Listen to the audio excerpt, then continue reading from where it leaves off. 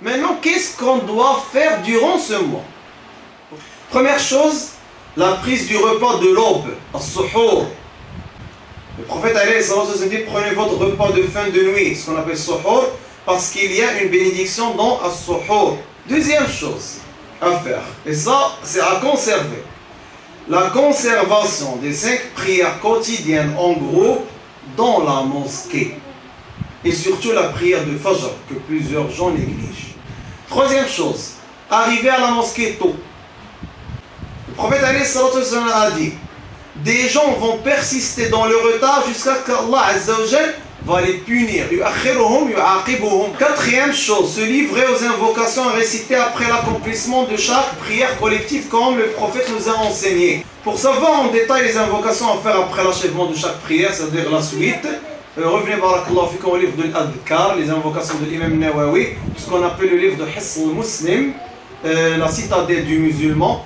Cinquième chose à faire, un quart d'heure après le lever du soleil, c'est-à-dire la personne il prie le Fajr, puis un quart d'heure après le lever du soleil, il peut procéder à la prière de Doha, l'aurore. Sixième chose à faire durant le Ramadan, pendant le lancement de l'appel à la prière de Maghrib, à la rupture du jeûne. Qu'est-ce qu'on doit faire? Il vaut mieux s'empresser de rompre le jeûne. Ne pas dire par respect, je vais attendre jusqu'à que le mu'addin finisse son adhan. Non. La sunna, dès que le mu'addin dit Allahu Akbar, tu fais ta rupture. Le prophète et les gens seront bien aussi longtemps qu'ils s'empresseront à rompre leur jeûne. Aussi, barakallah, parmi les choses, lorsque le adhan généralement soit dans le maghrib ou dans les autres prières est lancé, de répéter ce que le mu'addin dit. La personne, il répète. S'il dit Allahu Akbar, tu dis Allahu Akbar avec lui. Lorsqu'il arrive à Hayya ala salah, Hayya ala salah, Hayya ala falah, Hayya ala falah, exceptionnellement, tu dis La hawla wa la quwwata illa billah. C'est aimable d'invoquer Allah entre l'adhan et l'iqama. Maintenant, après l'adhan, tu ne commences pas à parler. C'est pas haram de parler, mais c'est pas toujours. La personne doit profiter de l'hasanat, de s'asseoir entre l'adhan et l'iqama. Quoi faire? Invoquer Allah. Pourquoi? Car الدعاء لا يرد بين الآذان والإقامة كما قال صلى الله عليه وسلم. Le prophète dit l'invocation entre l'appel à la prière, l'adhan et l'iqama, le début de la prière, ne sera jamais rejeté. Toujours exaucé. Septième chose, consacrer une partie de l'argent pour faire nourrir les jeûneurs. Je ne dis pas que c'est essentiellement de lui faire nourrir avec, je ne sais pas, un mouton ou avec un veau. Non, c'est pas forcément. L'essentiel même des dates. L'essentiel, l'intention, an-niyya. Et selon les capacités de la personne. Huitième chose, assister à la prière de Tarawih. Avec révérence, méditation et ne pas rater aucun cas avec l'imam. Le prophète alayhi salatu wa sallam a dit, certes celui qui reste avec l'imam jusqu'à ce qu'il quitte les lieux aura la récompense d'une nuit entière de prière. Il y a des gens, qu'est-ce qu'ils font? Lorsque l'imam il se met debout pour ajouter al-shaf'a ou al-watr, il quitte. Non. Tu as perdu une récompense, gratuitement et facilement. Neuvième chose, veiller à dormir tôt, directement après la prière de Tarawih. Dixième chose, se réveiller bien avant l'heure de l'aube. Et comme on vient de dire, bien sûr, tu vas faire la prise de l'aube, puis aussi de profiter de ce moment-là. Pourquoi?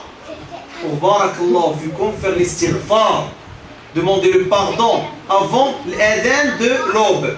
Onzième chose, il vaut mieux aussi de faire l'i'tikaf, ce qu'on appelle la retraite rituelle pendant les 10 dernières nuits.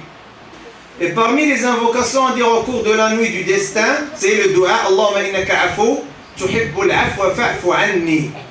Tu dis, mon Seigneur, tu es le pardonneur, tu aimes le pardon, pardonne-moi. Douzième chose, la lecture du Coran en conservant une partie comme moyen chaque jour pour pouvoir le finir en entier en moins une seule fois pendant ce mois.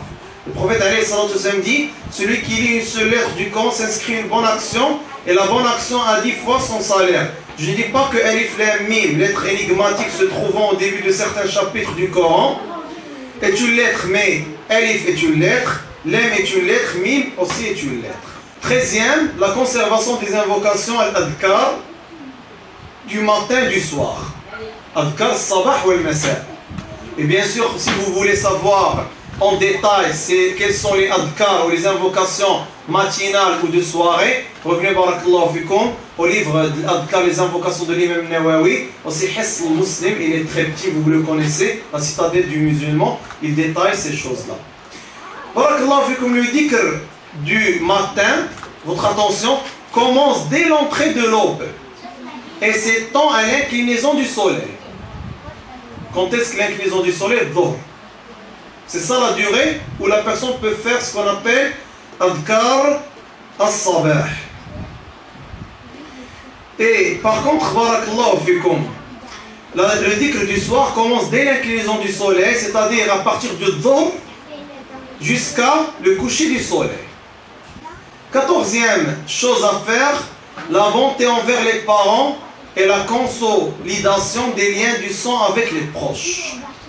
15e chose, conserver les prières surérogatoires régulières avant et après la prière obligatoire. Il y a des prières, ce qu'on appelle en arabe al-rawatib, c'est spécifique ou spécial relative à chaque prière, c'est-à-dire aux 5 prières quotidiennes. Tout simplement, la prière, ce qu'on appelle de l'fajr, avant la prière obligatoire de rak'at, c'est 2 rak'at, tu fais 2 rak'at. Puis il y a les 4 de Dhuhr avant la prière de Dhuhr, 2 après Dhuhr, 2 après le Maghrib et 2 après l'Isha, au total 12. Le prophète il dit, celui qui prie 12 rak'at pendant la nuit et le jour, c'est-à-dire les 12 que je viens de citer tout à l'heure, une maison sera construite pour lui au paradis.